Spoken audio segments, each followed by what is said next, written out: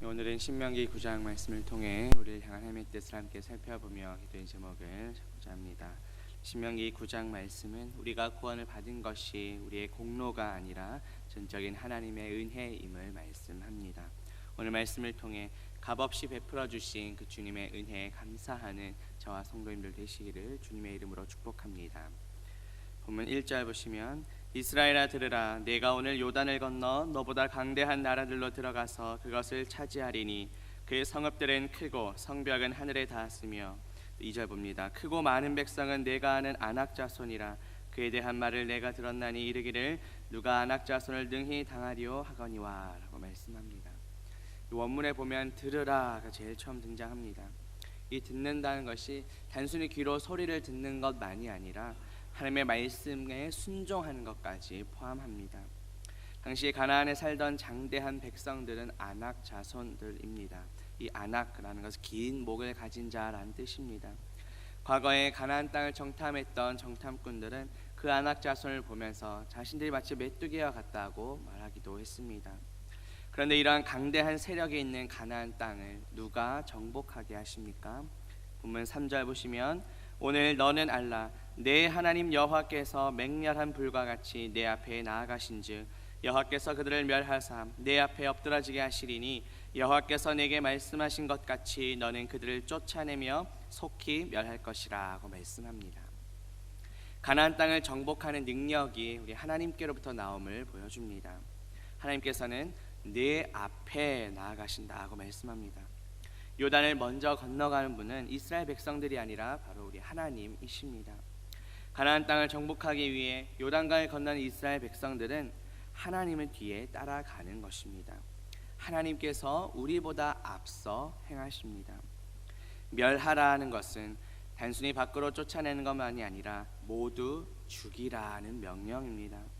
가나안 땅을 정복하는 것으로 끝나는 것이 아니라 그 땅에 하나님의 통치가 이루어지기를 원하십니다. 우리보다 앞서 행하시는 그 하나님의 말씀에 온전히 순종하며 나아가는 저와 성도님들 되시기를 주님의 이름으로 축복합니다. 보면 4절 보시면 내 하나님 여호와께서 그들을 내 앞에서 쫓아내신 후에 내가 심중에 이르기를 내 공의로움으로 말미암아 여호와께서 나를 이 땅으로 인도하여 들어서 그것을 차지하게 하셨다 하지 말라.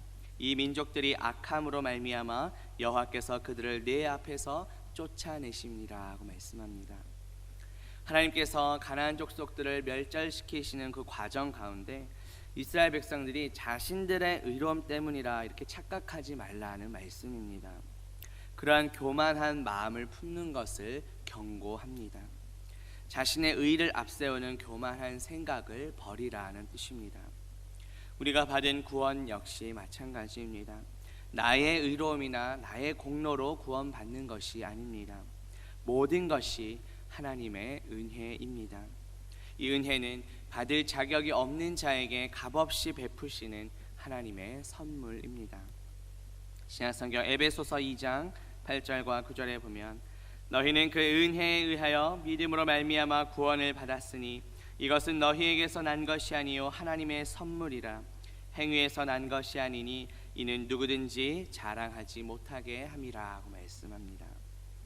만일 우리의 행위로 말미암아 구원을 받는 것이었다면 우리 중 그 누구도 구원받지 못했을 것입니다. 우리의 행위를 자랑하지 못하게 하려고 하나님의 은혜로 우리를 구원하셨습니다.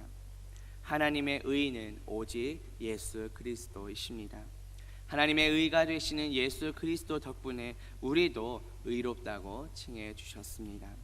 이 모든 것이 우리의 공로가 아니요 전적인 하나님의 은혜입니다. 나의 의로움이나 공로를 자랑하는 것이 아니라 겸손히 하나님의 은혜에 감사하는 저와 성도님들 되시기를 주님의 이름으로 축복합니다.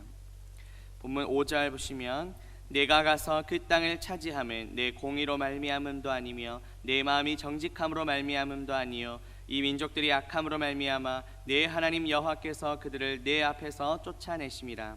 여호와께서 이같이 하심은 내 조상 아브라함과 이삭과 야곱에게 하신 맹세를 이루려 하심이라 하고 말합니다. 하나님께서 가나안 족속들을 몰아내신 이유가 무엇입니까?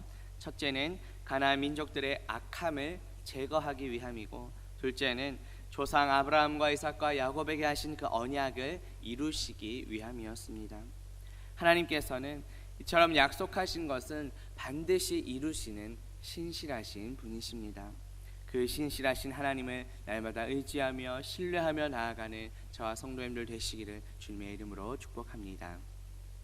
본문 6절 보시면 그러므로 내가 알 것은 내 하나님 여호와께서 내게 이 아름다운 땅을 기업으로 주신 것이 내 공의로 말미암음이 아니니라. 너는 목이 곧은 백성이라 하고 말씀합니다.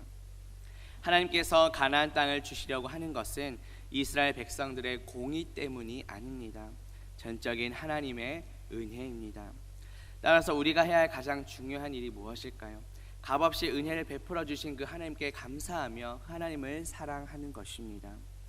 우리가 받은 구원도 우리가 받은 직분도 결코 우리의 의로움 때문에 받은 것이 아닙니다.